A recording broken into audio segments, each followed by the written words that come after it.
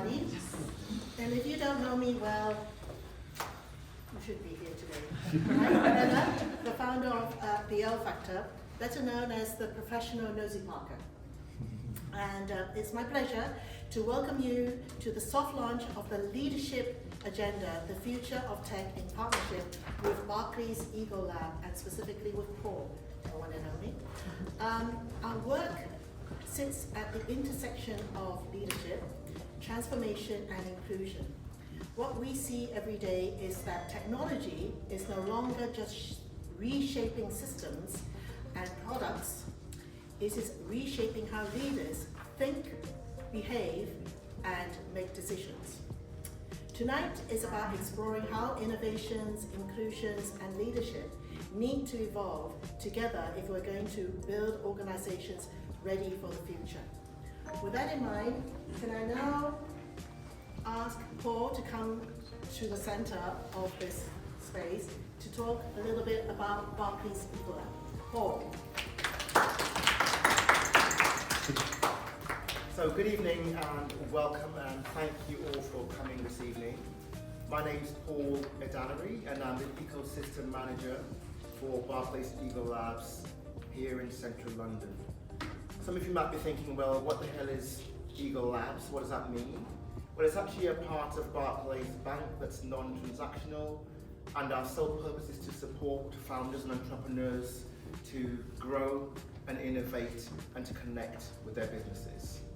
So I'll give you just a high-level overview of what we do. We have three main pillars through which we support our clients.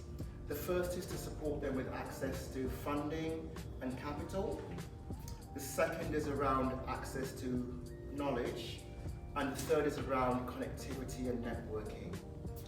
In terms of the piece around access to capital, we have growth programs such as one that's called the Funding Readiness Program, which gives founders a really clear picture of the landscape as far as the funding landscape here in the UK and wider as well. We also have a platform that's called the Demo Directory, where we allow and facilitate that kind of connectivity between innovators and investors directly as well. In terms of looking at the actual knowledge side of things and upskilling, again, we've got an online learning platform that's free to use with various bite-sized modules and different aspects of business growth. So anything from how do I start my company to how do I look to employ the right people as I grow and scale my business. And then talk finally just quickly about ecosystems and the growth in terms of connectivity. We have a range of amazing people that we work with.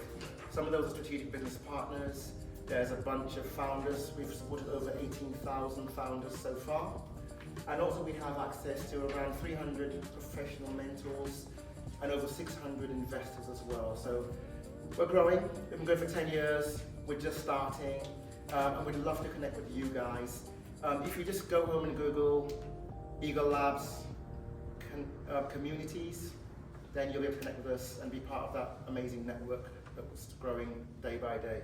That's really it for me today, but please do come and see me later on and have a chat, and let's kind of see how we can support you guys as well what you're doing.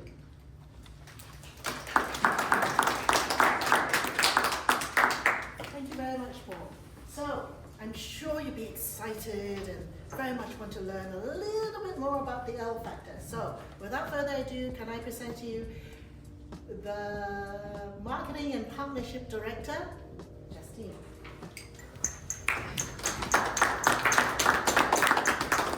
Thanks, Mama. I almost thought you forgot my name there. Nearly. Hi, everyone. Thank you so much for coming tonight. I know you guys are very busy, so it really means a lot for us, for you to take some time out of your busy schedules. Now, before I get into the brief of things, can I get a quick show of hands? How many of us are very tired of the outdated frameworks that are constantly being used and do not reflect the changes of modern society? So let's go with a few hands there. Amazing. Great. Well, the L Factor was founded in 2016 for that exact reason. Good teamwork there. Our work is grounded in more than 20 years of international leadership experience across the UK, Asia, Europe, and the US. modernize, retain talent, and rethink how they develop leaders for a world that is changing faster than ever. Think about AI here, come on guys. So from reframing the outdated, overly commercial story of diversity to guiding towards on how inclusive economics can reshape the questions they ask to attract modern talent to boards, our focus is building leadership environments where more people can rise.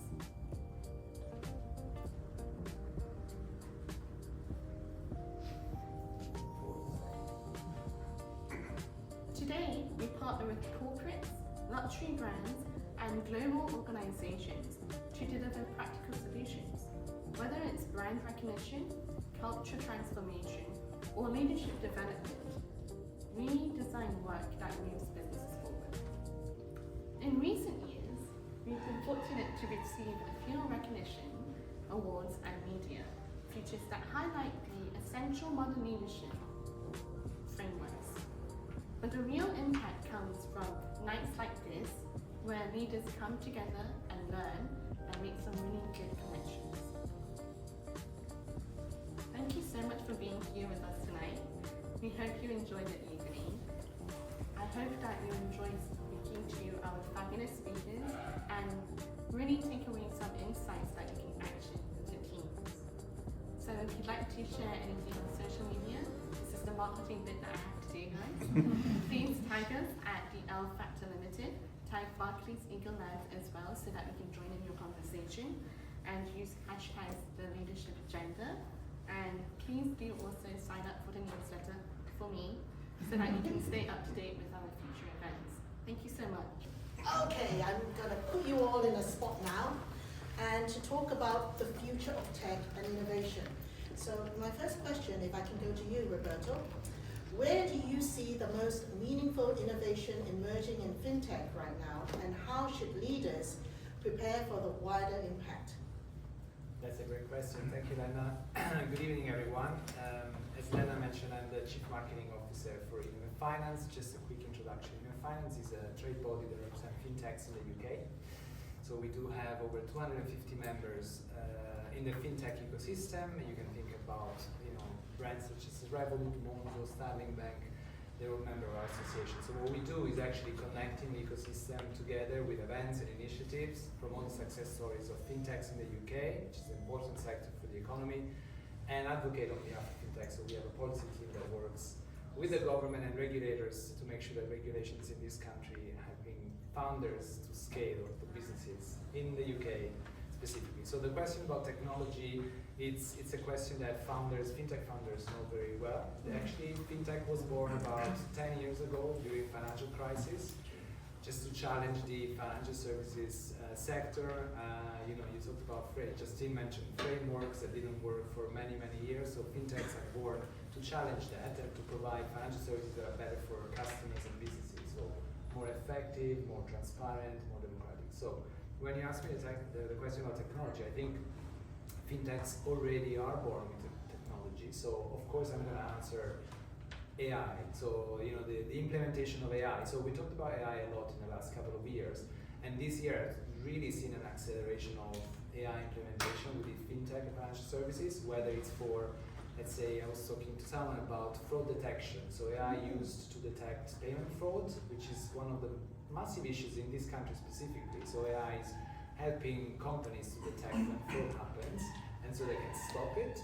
Or using AI, and I have a marketeer with me today in the panel, it's like helping marketeers to be more efficient and to reduce the costs, and even like to create campaigns. Now AI is really being implemented, especially in the sector that I represent, fintech, to even create a marketing campaign. And there are a few examples around. If you Google eToro YouTube advertisement, you can actually see the whole campaign is designed and implemented by AI. So innovation in that sense has always been in the DNA of fintechs and founders. But I think if you ask me what's most recent, what's happening right now, it's really an acceleration of AI in the sector. Thank you. And thank you so much for introducing us. I really forgot about that part. So, this question I was going to go to you, Charlotte, but perhaps introduce yourself before you answer the question. So how has AI helped and or hindered product innovation? Thank Thank you, Anna. So my name's Charlotte. I have worked across lots of different industries, fintech being one for a number of years, but also FMCG, being global retail, and arts and culture as well. So my background is very much brand and marketing, but I cover lots of different industries within that. In terms of does AI help or hinder, I think the honest answer for me is that it can do both, right? So I think in terms of help, to your point, it can create huge efficiencies, but what it can also do is really deepen our understanding at scale in terms of customer insights. You said, machine learning has been present in fintech since it was born, and decisioning has been happening within fintech with those with AI. But what we need to make sure is that it doesn't hinder, and it can hinder, I think, when teams really take the insights that AI brings out as truth and don't just take it as insights. We always need to add a layer of human lens over the top of that to make sure that we're definitely looking at, what's the lived human reality of that idea, to make sure that, if there is any misinterpretation of the data that AI has come out with, if there's any bias in the data that might have happened because the machine is just learning for itself and on its own. So it can definitely do both is the answer. It's about the human lens and using your teams and your skills as humans to bring your own insight on top of that layer and then use it to your advantage. So yes, scale and deep thinking, but you need to add some guardrails. Yeah, there has to be guardrails. We have to, as leaders, we always have to justify where our decisioning has come from and the data that we've used to do that. What we now need to do is also add on that layer of safeguards when we use machine learning in making some of that decisioning as well. Thank you very much for that. So I'll come to you, Aaron, and please introduce yourself before we answer the question, because I forgot. So my question to you is, what leadership behaviours help companies navigate uncertainty when scaling technology and teams at the same time? Thank you very much for the question. So, hi guys, I'm Aaron Michael. I started my first company from a very young age, at the age of 17. There's consumer brand and interior design. I love designing spaces. I had to think from a very young age. Worked with brands like Marriott Hotel, doing designing their lobby areas or bedrooms, etc. Scaled that business in the UK, US, and France, and then sold that company when I was 18. Wanted to get into more finance and North Star, more private equities, so naturally the opportunity to join banking and capital markets at PwC came along, took the opportunity, and now just in my growth learning stage. So, to answer your question about leadership specifically in terms of uncertainty, I think from a recent project I worked on over the summer was with a private equity firm specifically, in terms of how they make their decision making in the age of unstructured data.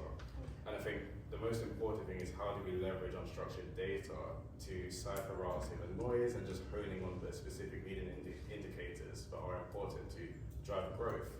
And another thing specifically from our own companies is how can you create an environment where your team and team members want to actually follow your mission, follow you, see the North Star, and actually want to engage with what you want to do. So there's something in psychology called observational learning, and it falls under social learning theory, where if there's an authority figure within an organization that kind of has a mission or drive, etc., the team over a while will naturally align themselves with that mission.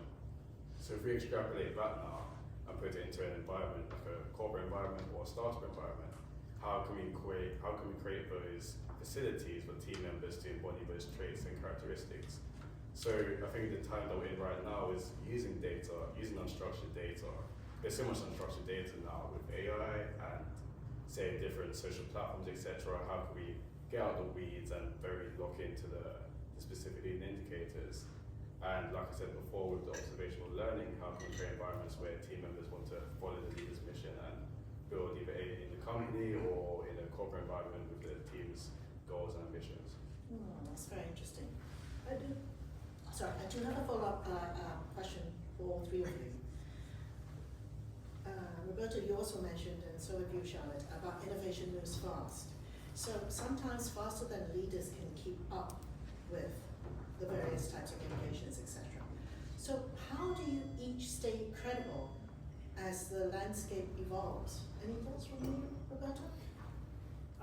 It's a good question. I think so. Technology goes fast. How can leaders keep up with that speed? I think its first thing is, of course, is learning. So you should never stop learning. You should always keep up with what's happening. And I think, you know, if you're a founder or CEO, sometimes you have not a lot of time to dedicate to that, but you should definitely have a little bit of time to keep up with what's happening. And I think one answer for that question is maybe think about partnerships. So you cannot keep up with new technologies or with what's happening in the market alone as your organization. So think about strategic partnerships, other companies, other organizations that can actually help you keeping up with that speed. And I think, you know, Charlie mentioned the human side of things. I think never forget the human side of things. We're all human. And so it's very important that we think about, even if we want to, you know, talk about innovation technology, right? It's about what is the kind of the moral approach to technology, right? So how do we decide the direction of travel? You know, like technology is available for everyone, you know, businesses, consumers, but how do we decide that direction in an ethical, sustainable way? I think. So think about that element. Or join Innovate Finance. Or join Innovate. Do Aaron or Charlotte, do you have anything to add towards that? I can probably give quite a different perspective. I'm not disagreeing with you in any way. I think for me, one sort of a lived experience of an incredibly technologically evolving situation was I was lucky or unlucky enough to be at the forefront of a 10-day tech outage in a digital bank. That was an evolving situation. You know, we were a bank and customers couldn't access our services, customers couldn't get hold of their money, really importantly. And what I learned in that situation, being in the comms role, is credibility was built moment by moment. It was definitely, you know, I did not have all the answers. Nobody around that table had all the answers. What mattered was going in there and really clearly and transparently saying what you do know, but also importantly what you don't know, and the steps that you're taking to find out those things. So being really clear with your communication, being really clear on the cadence, like when will you update me again? And this is not only to the board, this is also out to customers, right? There's nothing worse than saying we don't know what's happening, we're fixing it, but not telling you when you're going to tell someone again. So I guess as a leader, that's making sure that it's okay if you don't know all the answers all the time. You need to surround yourself with people who are doing their best to find out those answers. Make sure you're, you know, really clearly communicating, surrounding yourself with people with different opinions and different perspectives on how to solve that. Yes. I think touching on your piece about ethical as well, you know, especially in the situation I'm describing, you know, there were hundreds of thousands of customers. We had to make the right decision for them at any given moment. So technology was evolving all the time, but be clear about what you know, what you don't know, and when you'll find out. Anything to add, Aaron? Yeah, I think for me, just to touch on it, so I'm probably on the youngest side, so being in this, my generation, He's a young leader. my generation, so obviously you started a company from a young age, a lot of my credibility is from doing things, I'm actually building in public. I guess for me, if I did everything I've done so far, just behind closed doors, no one would actually be able to either take me seriously or invite me to specific things, but actually building in public and showcasing that, right, maybe that I wasn't working in a corporate environment initially, but look at the value that I can actually create outside of it. And then now when I go to speak to someone at another organisation, say 500, 250, well, the track record is clear, it's in public, people can see what I've done specifically, and then they can kind of see the leverage that I can bring for them. And I guess just touching back on the question, and what you said, being in environments with people who think differently, people who can challenge your mindset, people who, yes, I like to read things that I might not even agree with completely, but just it allows for me to develop that balanced mindset. And I like to call it being just mentally liquid, right? Being able to change, being able to teach yourself how to change your mind. Because if you learn that skill specifically, no matter what happens, and no matter what changes, you can always maintain your credibility by just upskilling yourself and learning more. So I think that's a good way.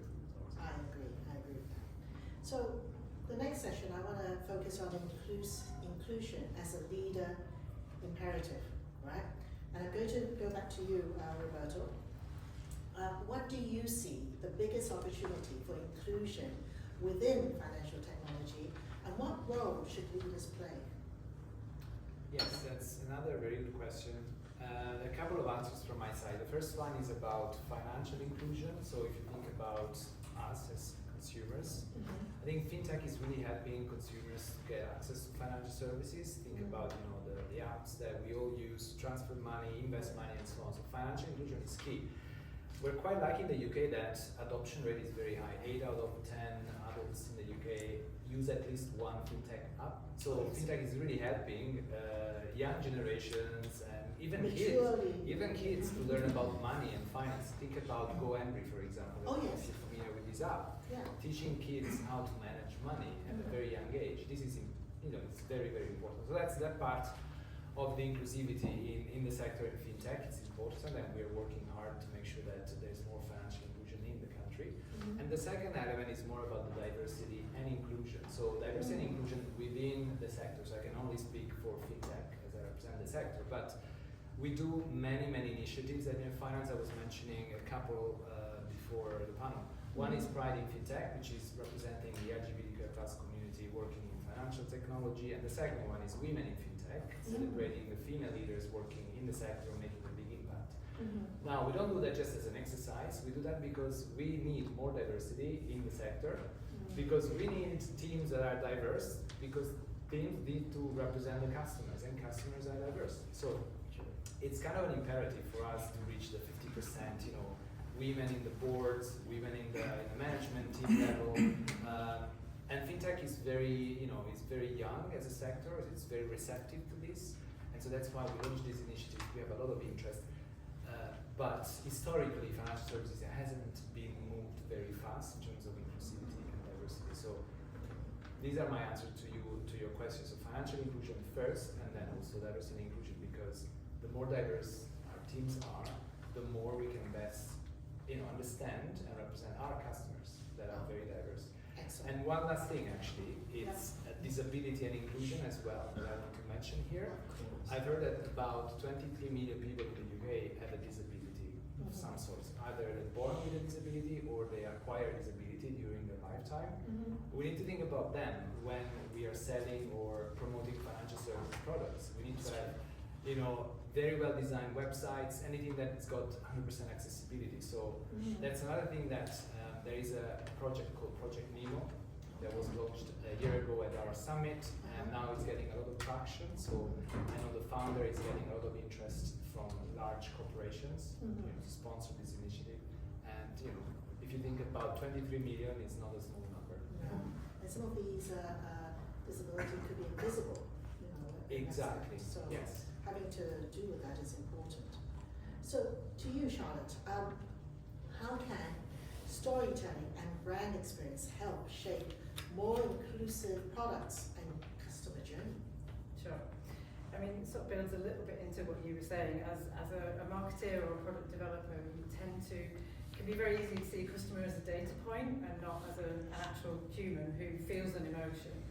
So what I've been doing when I've been innovating with products is really understanding not just the problem you're solving for the customer, but how do they feel during either experiencing that problem or solving that problem. So a lived example would be developing a credit card that was for a section of the UK consumer market that were really underserved by credit products. So these were people who needed to build their credit file or improve their credit file. So if I were to come at that purely from a jobs to be done perspective, you might come at the jobs to be done with, I need a credit card, but what those customers were feeling were, I need to feel confident about my money, I need to know how to handle my line of credit, I need to build my credit score without, jumping through hoops or feeling like I don't understand. So when you bring those story narratives into product innovation, when you really look at that human perspective, to go back to the first question you asked me, yes, we've got really deep insights from AI and machine learning and understand those at scale. but we then need to add that brand storytelling lens on top of that to look at the edge cases around product design and understand, you know, how are these people feeling when they're doing these actions? How are they feeling when they need to build their credit score? How can we actually build in features that not only serve them but actually help them get to where they need to be? You know, let's take away, you know, one of the features we brought was called credit cushion, which allowed this section of society who were, you know, constantly relying on heavy credit utilisation. How can we allow them to sort of section off a bit of their credit line so that they actually can't access it without, you know, pressing a few buttons that really helps them not overutilise their credit, which they don't really realise is damaging their credit score. So if you design for those edge cases, you ultimately make everyone's experience better because you design for the majority and the edge cases. So I think that storytelling, bringing that into brand and into product, when those can work in synergy, you can create something that feels really powerful, genuinely answers the customer problem. It's not what you're building, but why are you doing it? You're solving a problem. Good takeaway. And I'm going to change my question to you slightly. So, as a young leader, how do you think organization can build an inclusive culture? Very good question. I think for me, for organizations, so businesses like to hire intelligent people, but the key common factor is a level of compliance, a level of you'll do what you're supposed to do, right? And I think if you want to build organizations that also are different in the way they think and the way they produce, then the level of mindsets that you bring into the organizations need to be quite diverse, right? So you see someone who's quite entrepreneurial, and I've had this myself. A lot of organizations say you're far too entrepreneurial to be working in this environment because we feel like you're going to try to take over the place or be a flag list, quote unquote. But then if you get rid of all those types of people, then what type of organization are you building if you only have one factor? So I know in terms of the inclusivity thing, I've gone downstream study and saying that we need to just create environments where we widen the funnel about the people that we're hiring. It doesn't matter in terms of their diversity or what type of diversity we have, as long as the people are all different in some way, shape or form. Because if we have different people and different types of mindsets and different types of cognitive abilities or aptitude, then the end result would be more of a push in the frontier than the push in terms of the results we create within the organization. And then for you to do that specifically, these people are entrepreneurial, these people are creative, these people are quite analytical. They need to not feel like they're going to be socially penalized if their work is being, if they want to speak out in terms of the work they want to do. So how do we do that? We need proof. Someone needs to come up with an idea specifically within an organization who's quite entrepreneurial, and they need to see that they won't be pushed back on, and that their leader, whoever's in there, says, you know what, go and try that idea out in that department and see how it is. Some of you might be aware of Stephen Bartlett's company. He has a whole team called the Chief Failure Officer, right? So what's the Chief Failure Officer's role is to test things, and it doesn't matter how many times you fail, at least you're testing things. So who's the type of person that you're going to probably hire for that specific role? Someone who's quite entrepreneurial, because why? They don't need to follow a set rules, etc. They're willing to go out and innovate and explore and try and fail. But then the result of that is that if you have someone who succeeds in that role, then the whole organization as a whole will be pushed into a whole new wavelength. So I think that's how I answer that question. Yeah, I love that answer very much. But I still have one follow-up questions on that to our three panelists, is that what is the one inclusion blind spot leaders today often overlook? Should I go to you, Roberto? I'm sorry. I'm on the hot seat, I'm sorry. It's good. You mentioned when we talked about diversity and inclusion and disability and inclusion, you mentioned invisible disabilities. Yeah, I think that's one. I think that's a blind spot because disabilities can come in different shapes and forms. And as a founder, but also as as a management team, when you're hiring people, you need to be, and working with people with disabilities, you need to be able to get that invisible. So it's not an easy task, but I think we should be more reminding ourselves that disabilities are around us. Yes. I mean, and even in this room, it might be statistically there are people with disabilities here. So it's more common than we think, and we tend not to think too much about it. But only when we hire people, then we need to follow the rules of we need to check that. But it's not just the hiring process. It's the when you manage your team, when you're even when you're working with a partner. So it's what's your disability policy on that? Yeah. Say something like that. I think it's not considered more frequently enough. I think that's definitely Yeah, that's possible. Charlotte, Aaron, anything to add towards that? I think it'd be probably a level of ownership within the individual's work. Someone who's quite entrepreneurial again, I think it's important that people feel like they have ownership in what they're doing. In terms of, there's something now called employee personal brands, in terms of allowing people to, whoever they're doing a corporate organization, to kind of draw a moat around what you do and kind of showcase it in terms of that's your own work. And the importance of that specifically is that people will actually take more pride in what they're doing, and the end result is that they'll produce better results. If I was in a specific role and I feel like I own this role, then my work that I do is going to be to my best. I'm going to think quite entrepreneurially. I'm going to think, how can I push this the furthest? Because I have a level of ownership rather than this is what I need to do and this is what you have to get done. So I think just being able to create ownership in individual roles is something that's quite important. So for you, the blind spot would be ageism, that people shouldn't look at how young, how old you are, don't look at the age, but actually the quality you bring to the table, the ownership that you're willing to run with the project and get the results there. Exactly. That's more important than looking at, you're very young and not doing that. I guess with the ageism factor, the main reason why I went into entrepreneurship was the fact that I wanted to get into a specific company. They said, no, you're far too young, right? So which is wrong, right? Yeah. I was able to prove them wrong specifically. Well done.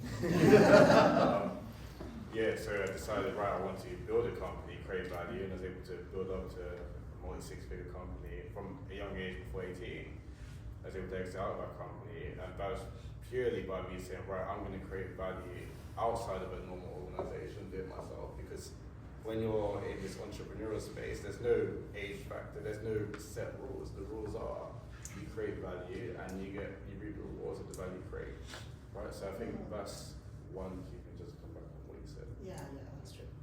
So I'm assuming I'm going to move on to the next. I can let you move on, or I can add my 2 pennies. Oh, please. I value your 2 pennies. I'll keep it very short for you. Please. It was more just around, I think blind spots can sometimes be real world context. So you can do all the development and innovation that you like, and you can put it through rigorous testing, but there is nothing that you can really understand until if someone's using your product. It's 3 a.m, the kids are screaming, they've not had anything to eat, they're super stressed. That real world context for how you've designed your perfect product doesn't necessarily play out. So trying as much as you can to test in those real world scenarios, and even things as simple as different devices, and to use your points in terms of colour blindness or functional mobility, things like that. There are so many things you need to think about, and it can easily be missed. Good 2 pennies. Really fantastic. Okay, on to the last section, and this is all about leadership in a transforming tech landscape. And I'm going to come to you, Aaron. First question is, as a young leader, as everybody knows now, what lessons have you learned from your founding experience that are most overlooked? Not your age. Not about that, not about your entrepreneurship. You go and you sort of start this company, etc. What are the things that you've learned that your founding experience that are most overlooked? If you go back 20 years ago, the main infrastructure standpoint of building a company would be product, right? But I think now in the age of AI, in the age of tech, or tech's always been there, but rapidly changing tech, the main infrastructure at the bottom is the attention, right? When you go back 20 years ago building a company, building a product, as you guys should know, right? You build up the product specifically first, then you go out and try and acquire clients, acquire customers, etc.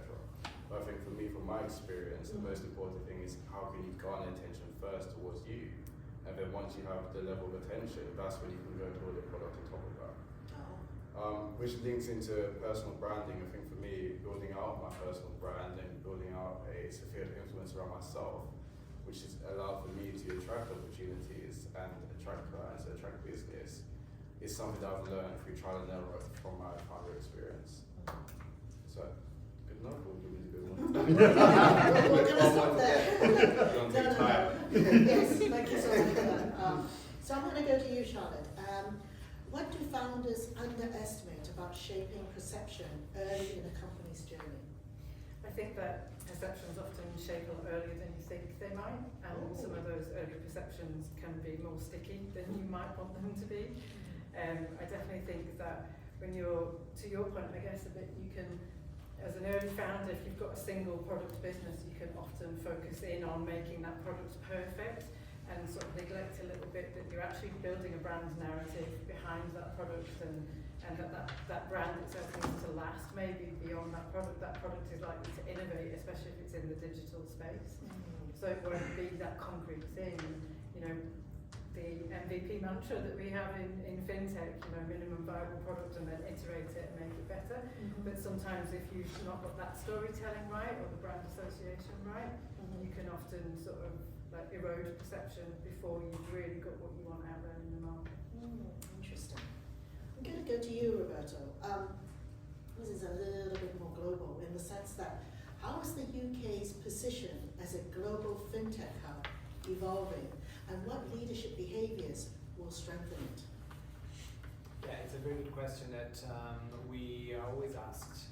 So where is the UK globally? Where is the fintech? So the fintech historically, I mean, people say it was born in New York, but many people say it's London. So London is the home of fintech globally.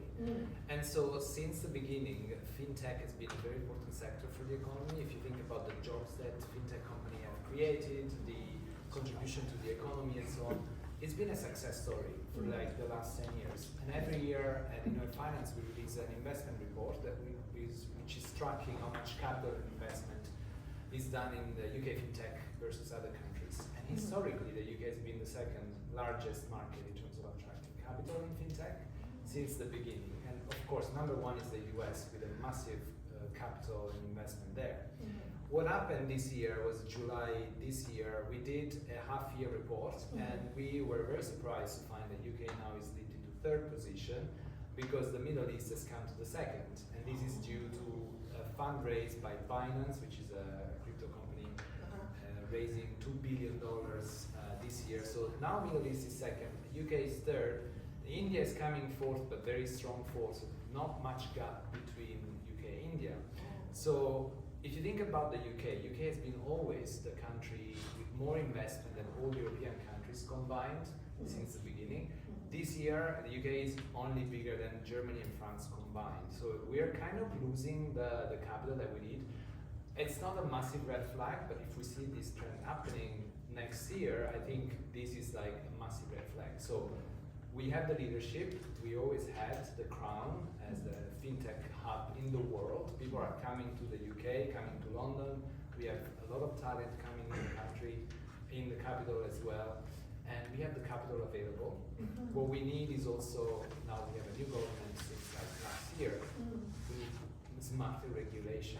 So it's, when you think about leadership in terms of the sector, these are the three elements. The capital, and there's some challenges there happening at the moment. The talent, we still have talent coming. We still have the best talent in the world, I would say, for fintech, although New York, Singapore, Dubai are kind of stealing the talent a little bit. But the third thing is the regulation. So if we have regulation that is agile, that is understanding the needs of fintech founders and making, you know, easier for a founder to come here and start a business. So with FCA approving the licenses a bit faster and be more effective, then we can retain this crown. So I think leaders in fintech right now, they know very well these are the challenges that they have ahead for next year. But I feel confident that the UK will remain the leader in fintech for years to come.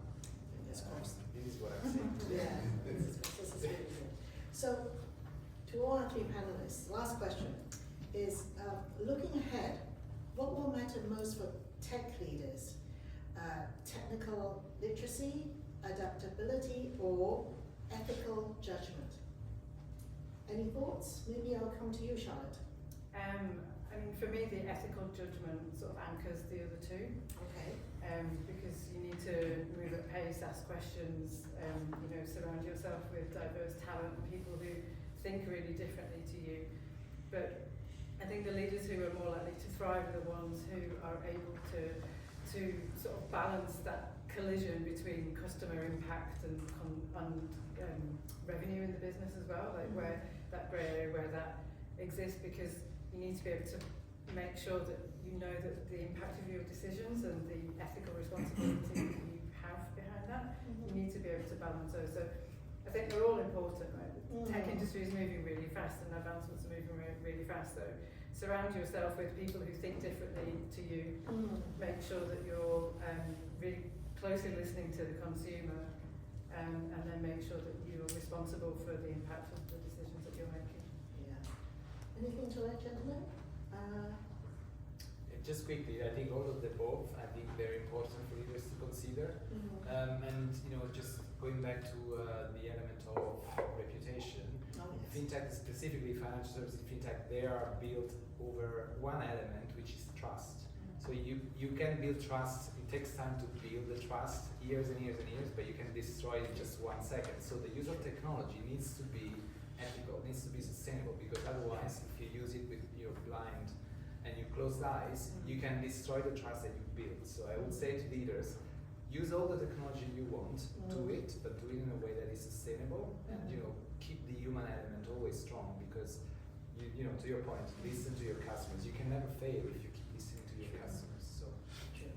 Anything to add to that now? Yeah, I'm going to come on the ethical point. So last startup I worked with was a data platform for private equity, which is fintech, per se. And the main factor, you can have all the technical literacy or all the adaptability, but with our industry specifically, it's a very slow and very there's a lot of guardrails up in terms of they don't really want to make the first step, and that comes back to the ethical factor. You can be going as fast as you want in terms of technical advancements, but in terms of what industries are kind of receptive of these changes, comes down to the level of ethicality that they embody. If you go to private equity, they're very just regulated and they don't really want to see change. They kind of want the trust thing, which is the main factor. They kind of want to see someone else doing it first. But you go to another industry such as say marketing, right? They're more receptive in terms of change, and they're more wanting to be at the forefront of new technology and new ideas. So in terms of technical literacy, yes, you can have all of it, yes, you can have all the adaptability, but the core thing is the ethicality and ethical.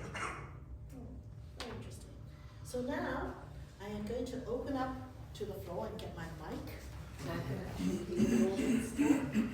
Are there any questions for our panelists? Oh, come on. Oh, good. There's one taker. Here we go. Oh no, I was just going to tell you how to. I was just going to say how to turn it on. It's on. Thanks so much for such a great panel. I'm not being biased here at all. I had an interesting vision in terms of a lot of the things you mentioned are very modern and very for today. What can companies do to take a step back from a framework perspective to really tackle those challenges, whether it's reverse ageism, whether it's inclusivity with the brand, or whether it's those invisible disabilities? Like, is there something that we can do to avoid making this a, how do I put it, a checkbox exercise, for instance? Thank you. A panelist who's going to answer that. I mentioned there is a company you can really check out. It's called Project Nemo for disability and inclusion in the sector, and they will tell you basically there are guidelines that you can follow to make, for example, your website more accessible, your product designed for disabled people. So it's actually a very good organization. It's a non-for-profit, and I recommend just having a look. Nemo as in N-E-M-O? Yes. Oh, I was going to ask, is it as in Finding Nemo? Yes, as in Finding Nemo. Thank Yes. you. Yeah. Was something to add? not what are you doing, but why are you doing it? Who are you doing it for? Any other questions? We have a very, I was going to say we have a very quiet audience. No, we have one here. Thank you very much. So for me, it's always curious that I meet many people that are reluctant to using AI in general. So I think that somehow influence on business. So what do you think about that? Should they be forced to use it, or what to do? Because you can use it everywhere, but some people don't want. So maybe they try to save their creativity. Who knows? But in general, yeah, thank you. Who's going to answer that? Okay. I think when it comes down to revenue and profits, if you see another company that's doing, say their competitor is doing way better than you, and you know they're using AI and seeing that they're reaping the benefits through their profits and revenue, then are you going to sit there and say that, no, we're not going to use AI when we're seeing that every other person within the industry go full ahead and reaping the benefits? So that's my answer.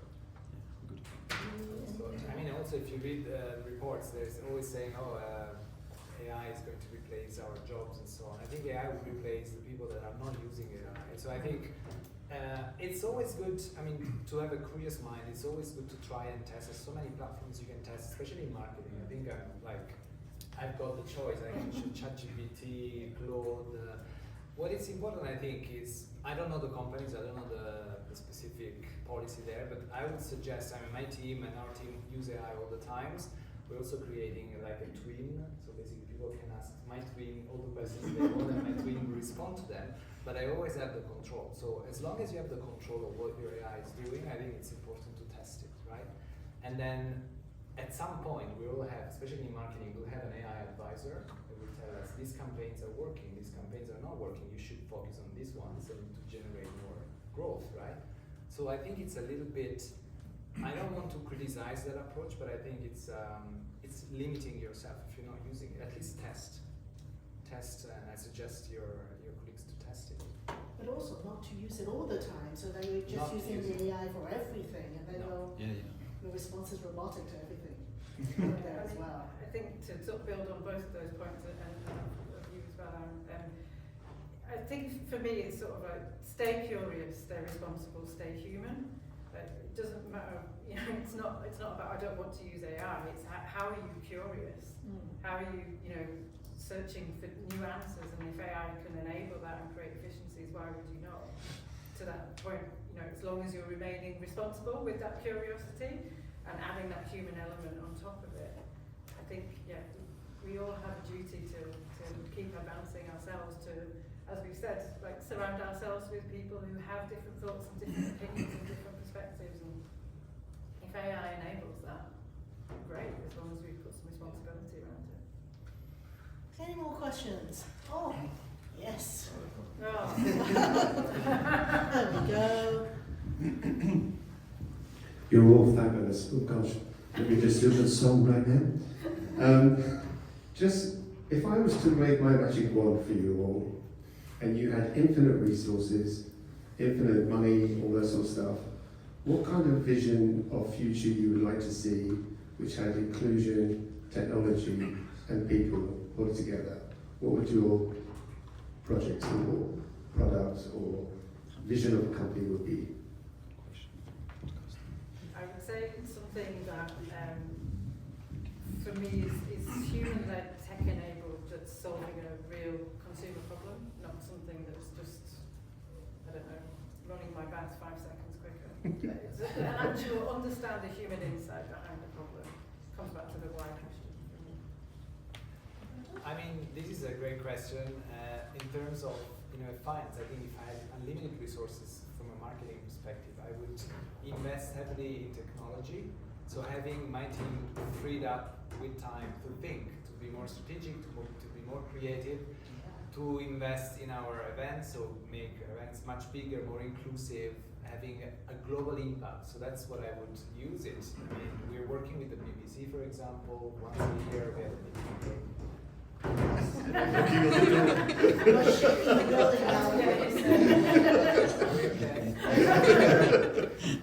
use it with technology and then try to make a bigger impact, so reaching a bigger audience. Anybody else? Yes, yeah. Let me go. There you go. I'm just going to stand here now. If I was to ask a question, following on to the mission, vision, etc., from an optimistic point of view, what would you advise the future generation, knowing that some people wrote about the fact that they might have between 15 to 25 different careers in their life, and you did touch base on the fact that the old generations were using fax machines. Now we have WhatsApp, and from the legal point of view, there's Harvey and Clio. Other industries have got many new applications, and they knew how to adapt to accommodate for this future. So I'm not going to ask a hypothetical question. If you were in the dragon den and someone's standing and trying to sell you a startup and for you to convince you to invest in it, what would your advice, and would you be courageous to write about it, knowing that there's many things taking place nowadays in the children, in the future generations' mind? For example, from personal experience, robots is a digital currency, and it's very difficult to regulate such things with cybersecurity and with applications such as Bark and Custodian, etc., as you well know. There's so much stuff on the net, and it will continue. So what would your advice be to the future generation in regards to how to succeed in a company, to register a patent or a trademark, etc.? Just a general open question from your own experience. I know. What does the future look like? Yeah, basically. I know it's more than a question. Yeah, what does the future look like for you in technology? I might just start with this question, if that's all right. I think I'll give a two-pronged answer. So I think number one, for the current leaders in the organisation, need to start working with some of the people who are going to be the future leaders and actually understand how they think and how they see the world and their world-view perspective. Because not only will it benefit the current leaders, but also they will be able to make sure that they create an environment that these future leaders do thrive in and do able to excel and, like I said, succeed. I mean, I think for the future generation, or my generation specifically, just being mentally liquid, being able to think. I think we're in a world of technology and AI. Too many people in my generation specifically are leaning on AI to think for them. And if you look from a psychological aspect, right now that might be fine, but in 10 years' time, what's society going to look like when everyone's outsourced their thinking? If you've outsourced your thinking constantly, when you're left to your own devices now, are you able to compel or even create something on your own without using AI? So being able to just keep that component of being able to understand, to be able to think, not only will help when you're prompting AI to do work for you, but being able to kind of stay sane and stay mentally liquid to upskill yourself and create and bring in more knowledge to yourself. Thanks. Yes, I would also add, if you look at also the reports about new generations, I think these new generations are much more entrepreneurial than the old ones, and they're also more fluid and more flexible and empathic as well. So I think sometimes I look at them and say, oh, this generation is going to be great, I think. So the advice I give you from my perspective, I don't know if you relate, but in marketing specifically, you don't really hold a job for a long time. So the change of jobs is very fast. In marketing, usually like a CMO position is 2 to 3 years, and then you change to the next one. So I would say take that as an opportunity to learn. And not all companies are a good fit for you. So if you're a young person looking at your dream job, you need to be aware the dream job will come maybe later on. It's not the first one that you get. So change is not a bad thing actually. You learn a lot, and actually you grow faster when you change more often. So I'm not concerned about the new generation. I think they're very well positioned to succeed. Any other question? Oh, we have one. Oh, Thank you. So I actually have 3 questions kind of related to each other. So the first one is like, what are the main reasons behind the decrease in capital funding in the UK?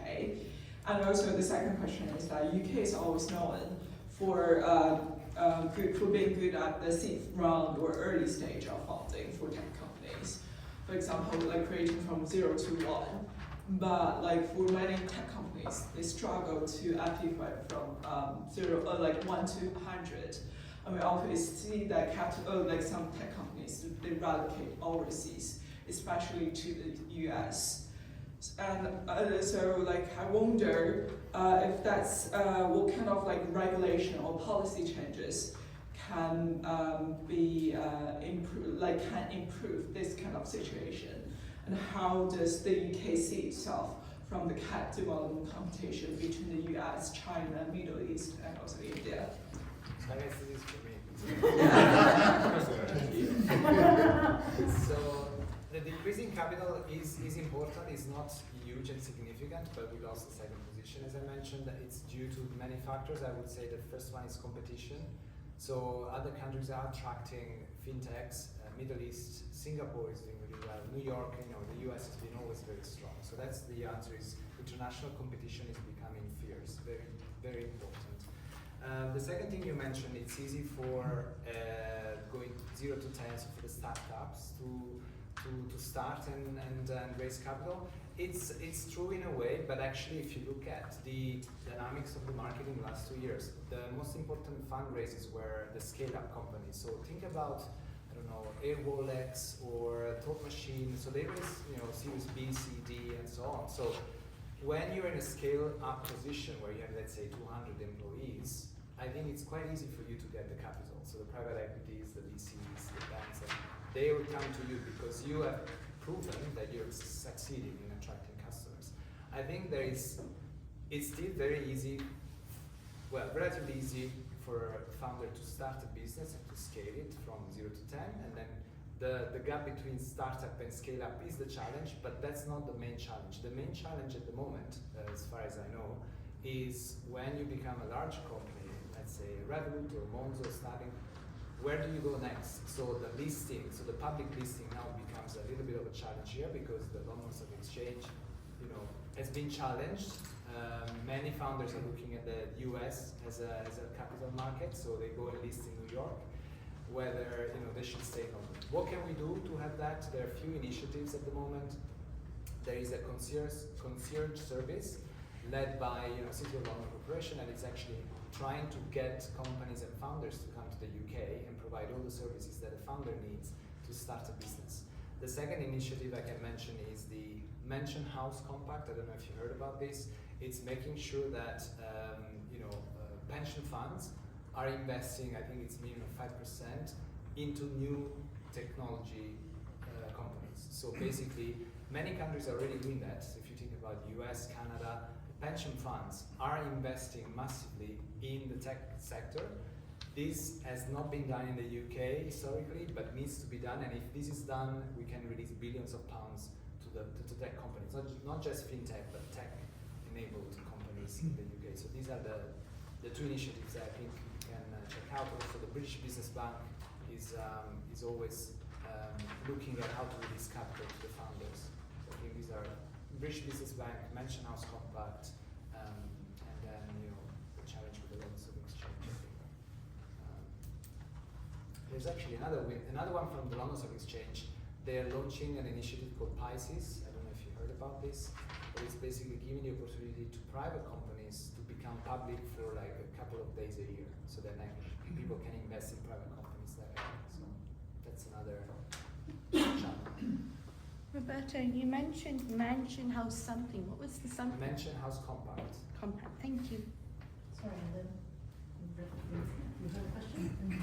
I just wanted to follow up on something that you talked about earlier, and that was about keeping an entrepreneurial spirit as a company grows.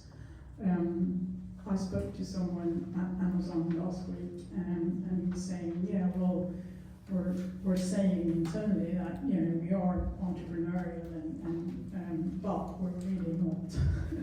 And I'm also thinking that if you've got thousands of employees, you understand why there has to be certain processes or certain agreements, so to say, amongst the employees, how to do things and for decision making, etc. And that's kind of what you're up against as well. So what's your kind of best advice or your thoughts on how you can sort of keep that entrepreneurial approach as a company grows?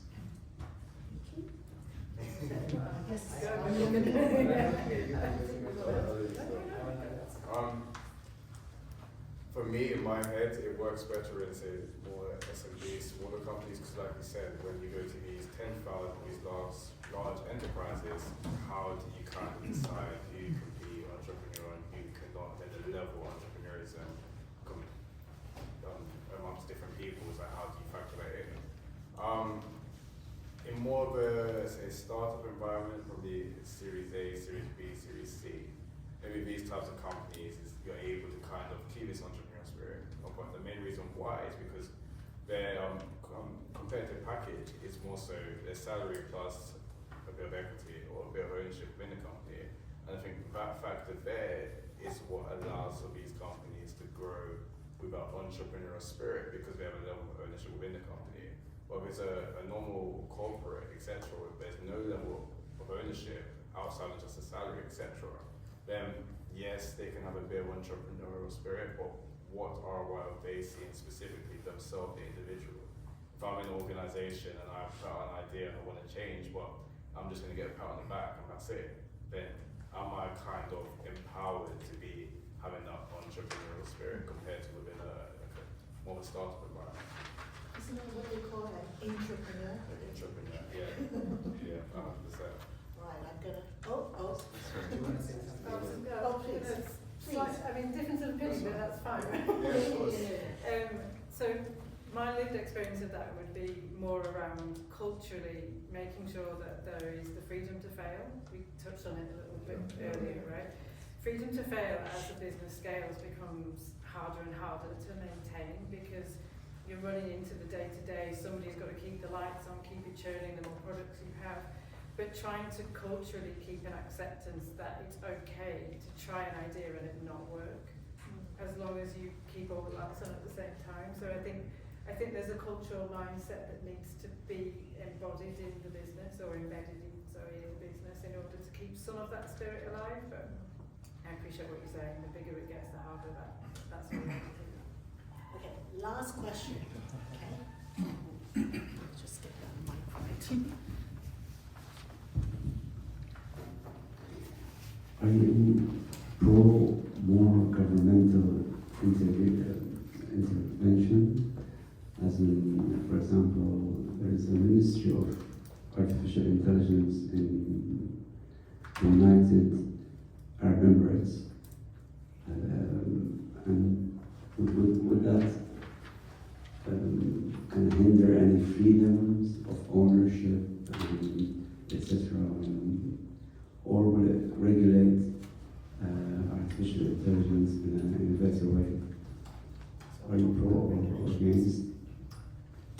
It's a good question. I think my answer would be quite diplomatic. I think it's important to have regulation that is helping innovation, but at the same time protecting consumers. So you need to kind of strike a balance. You cannot say regulated, highly regulated, or not regulated at all. You need to be in the middle. I think we need to regulate AI in a way, because we haven't. I think the US is looking at that. The European AI Act is going to be deployed. So I think you need to be in the middle. So what is regulation for? Regulation is to protect consumers, for example. But at the same time, you should not create barriers to innovation. So the founder need to be, free to explore and fail and then do it again and do it again. But the consumers are protected. So I think that's my diplomatic answer. Have a balance. Anything to add to that? No, I largely agree with that. Okay, so It comes back to the ethical judgment question that you asked, like there has to be some of that. So in order to finish this session off, and almost, I have one final question for the panel here. So it's, what would be the one message you'd like to share with our audience tonight about stepping into the uncertainty of the future, and how would there be one advice you can give our audience to sort of say, this is what I would do, or this is how I predict it, or this is something that could be of interest in the future? And then I'm going to put Roberto in the hot spot and ask you first, what are your thoughts? In general, in general. I think from my experience, don't be afraid to test things. I think as a leader you need to test and be comfortable with uncertainty. So we live in uncertain times, just you need to try to find that you're comfortable with that. So you don't have all the answers all the times that you mentioned. We need to know our limits and also be authentic. This is what I would say. It's like, because if you're authentic, you perform better. You're yourself. You're yourself. Charlotte, anything to add to that? I'd sort of come back to what I said earlier, which is that stay curious. Like, we don't know all the answers, keep looking for them. Stay responsible, to your point around regulation, and don't take what AI tells you as truth, take it as insight. And stay human. Always add your human lens on top of that. Those are the three things that I'd always be asking myself. And what about the young leader of tomorrow? Like both of you said, and Roberto as well, just having that, you said that the next generation is very much more entrepreneurial. And I think regardless, you should have some level of entrepreneurial mindset or entrepreneurial spirit, the real entrepreneurial spirit, in terms of being able to thrive in chaos and see the problems within chaos and decide on what is good or what is bad, and then follow those leading indicators and double down on it to drive growth. And also with the authenticity side, with AI specifically, there's a lot of AI slop, there's a lot of just regenerated nonsense, and I think it's a good time for now to kind of maintain who you are specifically, because that's what people trade on. When everything in sales and business is more relationships, the only thing that you can bring to a table is your human side, the relationship side. You can't always bring the AI with you, so just maintaining that authenticity. So that brings an end to our panel discussion this evening. I'd like to really, with the help of the audience, thank our amazing panelists, Mr. Roberto.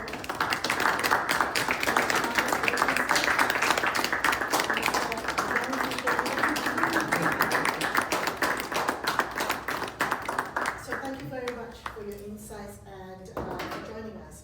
This is the first of many conversations in the leadership agenda, and we're excited to continue building a space where leaders can engage with ideas, shaping the future.